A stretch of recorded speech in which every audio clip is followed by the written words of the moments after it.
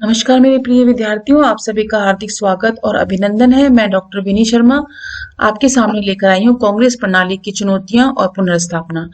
विद्यार्थियों, आज हम बात करेंगे कांग्रेस में विभाजन। इससे पहले वाले वीडियोस में हमने बात करी कांग्रेस में चौथे आम चुनाव की, जो 1967 में हुआ था। आज हम बात करेंगे कांग्रेस में विभाजन की। हमने देखा विद्यार्थियों कि 1967 के चुनावों के बाद केंद्र में कांग्रेस की सत्ता कायम रही, लेकिन उसे पहले जितना बहुमत हासिल नहीं हुआ था।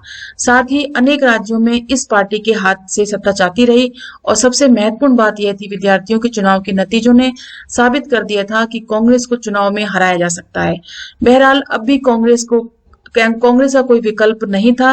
राज्यों में बनी अधिकतर गैर कांग्रेसी गठबंधन की सरकारें ज्यादा दिनों तक नहीं टिक पाई।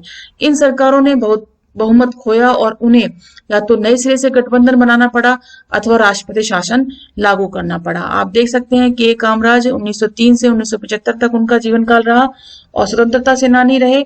कांग्रेस के नेता मद्रास तमिलनाडु के मुख्यमंत्री, मद्रास प्रांत में शिक्षा का प्रसार करने और स्कूली बच्चों को दोपहर का भोजन देने की योजना लागू करने के लिए प्रसिद्ध रहे। 1963 में उन्होंने प्रस्ताव रखा कि सभी वरिष्ठ कांग्रेसी नेताओं को इस्तीफा दे देना चाहिए ताकि अपेक्षाकृत युवा पार्टी कार्यकर्ता कमान संभाल सकें, और यह प्रस्ताव कामराज योजना के नाम से मशहूर हुआ और आप कांग्रेस अध्यक्ष भी रह चुके हैं। इसके बाद बात करते हैं विद्यार्थियों इंदिरा बनाम सिंडिकेट की।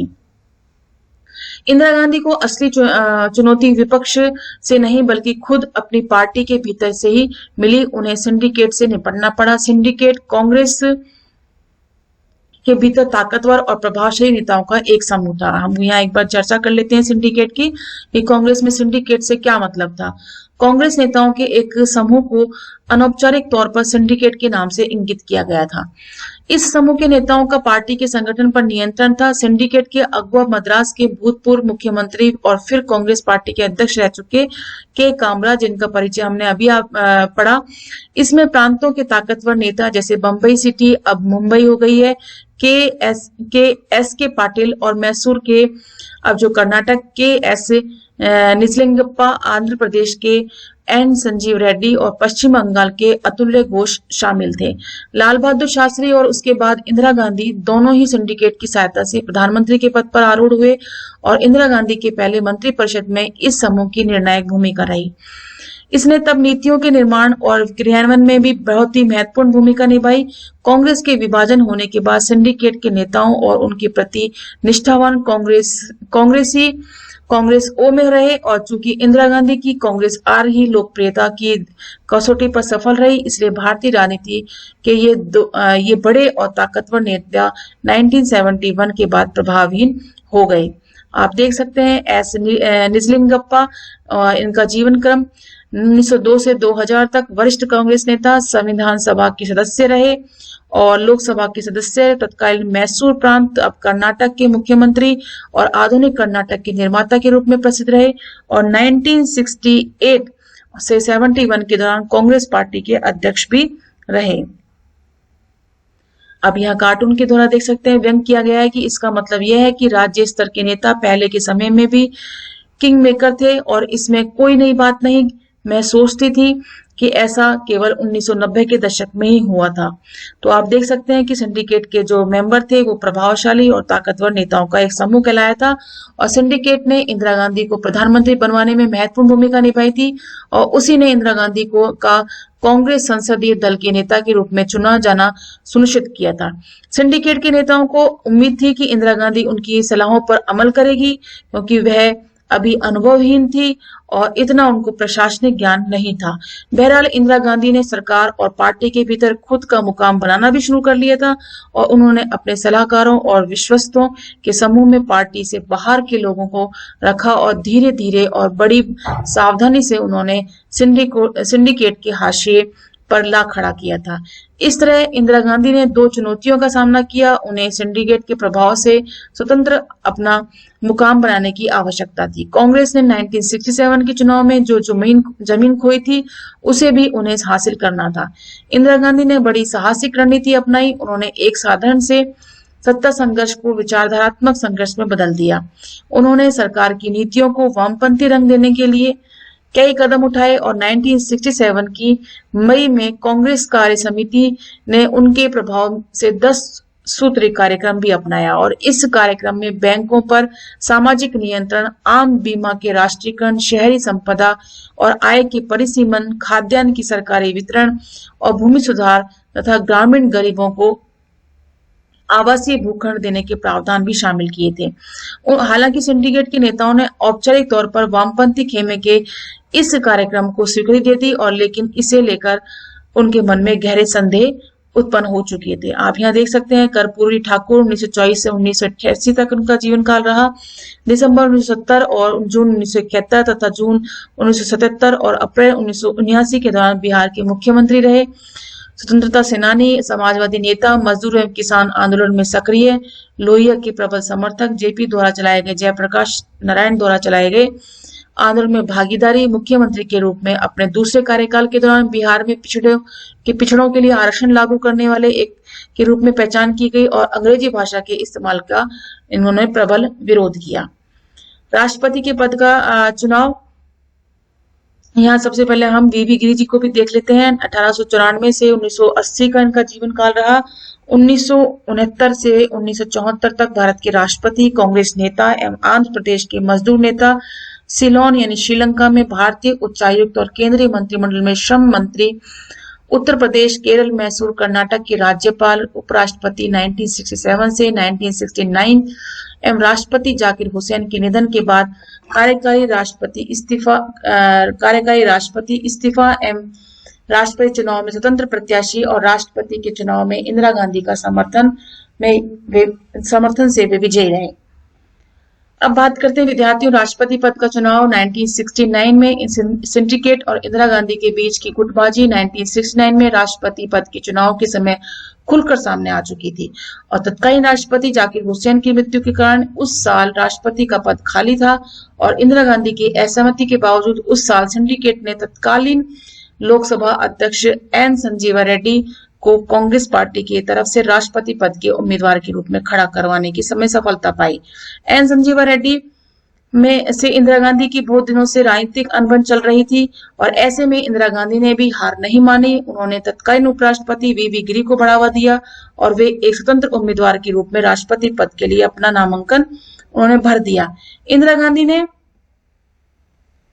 14 अग्रणी बैंकों के राष्ट्रीयकरण और भूतपूर्व राजा महाराजाओं को प्राप्त विशेषाधिकार यानी प्रीवी पर्स को समाप्त करने जैसे कुछ बड़े और जनप्रिय नीतियों की घोषणा भी की। उस वक्त मोरारजी देसाई देश के उप प्रधानमंत्री और वित्त मंत्री थे।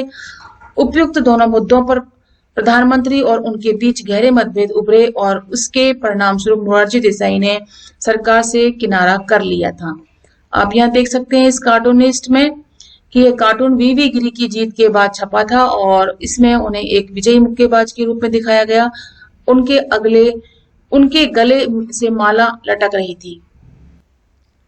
उनका मुकाबला सिंडिकेट के उम्मीदवार से था। कार्टून में सिंडिकेट के प्रतीक के रूप में निजलिंगप्पा को घुटने टेकते दिखाया गया है। क्या आप ये बता सकते हैं कि इस कार्टून में इंदिरा गांधी को मुक्केबाजी वाला दस्ताना पहनते हुए क्यों दिखाया गया है? बिल्कुल स्पष्ट दिखाई दे रहा है। आगे देखिए कि गुजरे वक्त में भी कांग्रेस के भीतर इस तरह की मतभेद उठ खड़े हुए थे बच्चों, लेकिन इस बार मामला कुछ अलग ही था। दोनों गुट चाहते थे कि राष्ट्रपति पद के चुनाव में ताकत को आजमाया ही लिया जाए और तत्कालीन कांग्रेस अध्यक्ष एस निजलिंगप्पा ने व्हिप जारी किया कि सभी कांग्रेस सांसद और विधायक पार्टी के आधिकारिक उम्मीदवार संजीव रेड्डी को वोट डालें।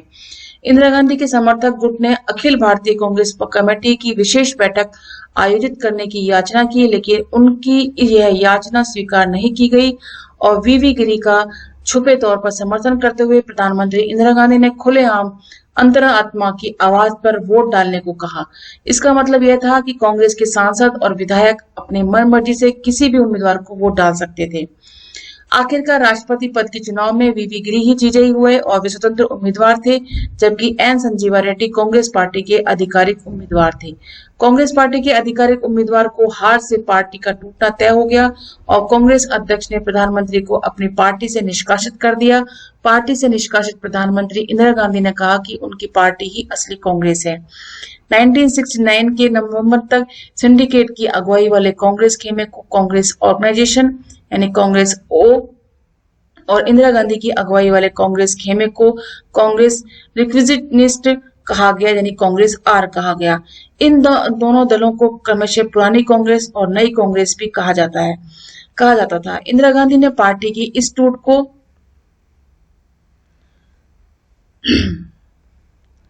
विचारधाराओं की लड़ाई के रूप में पेश किया। उन्होंने इसे समाजवादी और पुरातन पंथी तथा गरीबों की हिमायती और अमीरों की तरफदारी के बीच की लड़ाई भी करार दिया। आप ये देख सकते हैं विद्यार्थियों, यहाँ पे प्रीवी पर्स क्या है। प्रीवी पर्स विद्यार्थियों पहले अध्याय में आपने देशी रियासतों के बारे में पढ़ा था, हमने समझाया था आपको। और देशी रियासतों का विलय भारतीय संघ में करने से पहले सरकार ने यह आश्वासन दिया था कि रियासतों के तत्कालीन शासक परिवार को निश्चित मात्रा से निजी संपदा रखने का अधिकार होगा। साथ ही सरकार की तरफ से उन्हें कुछ विशेष भत्ते भी दिए जाएंगे।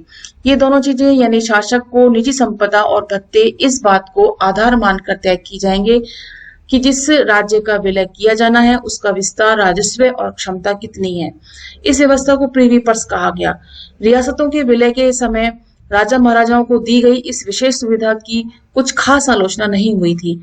उस वक्त देश की एकता और अखंडता का लक्ष्य ही प्रमुख था। बहरहाल ये वंशानुगत विशेषाधिकार भारतीय संविधान में वर्णित समानता और सामाजिक आर्थिक न्याय के सिद्धांतों से मेल नहीं खाते थे। नेहरू ने कई दफे इस व्यवस्था को लेकर अपना असंतोष भी जताया था।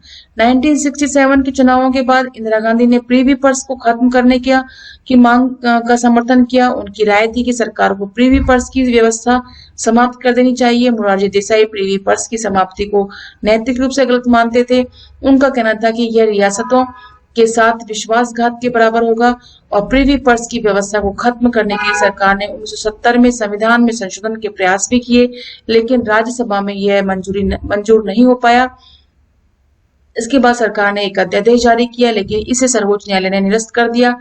इंदिरा गांधी ने इसे 1971 के चुनावों में एक बड़ा मुद्दा बनाया और इस मुद्दे पर उन्हें जन समर्थन भी खूब मिला और 1971 में मिली भारी जीत के बाद संविधान में संशोधन हुआ और इसी तरह प्रीवी पर्स की समाप्ति की राह में मौजूद कानून अड़चनें खत्म हो चुकी थी। तो विद्यार्थियों, इसी प्रकार से सिंडिकेट और इंदिरा गांधी के मध्य बढ़ते मतभेद के कारण कांग्रेस जो है दो भागों में विभाजित हो गई, कांग्रेस ओ और कांग्रेस आर। तो उम्मीद करती हूँ विद्यार्थियों आप ये देख लीजिए एक बार 1969 में कांग्रेस पार्टी में नेतृत्व के लिए प्रतिद्वंद्विता पर कार्टूनिस्ट का नजरिया आप देख लीजिए किस प्रकार से इसको प्रदर्शित किया गया है। और मैं उम्मीद करती हूँ आपसे कि आपको समझ में आया होगा कि किस प्रकार से कांग्रेस का विभाजन हुआ और यह विभाजन आप कांग्रेस के अंदरूनी विचारों के माध्यम से किस प्रकार से कांग्रेस ओ और कांग्रेस आर में परिवर्तित हो गया। इसके साथ ही ये वीडियो यहीं समाप्त होता है विद्यार्थियों। नेक्स्ट वीडियो में हम 1971 का चुनाव और कांग्रेस की पुनर्स्थापना के बारे में पढ़ेंगे। धन्यवाद एंड नमस्कार।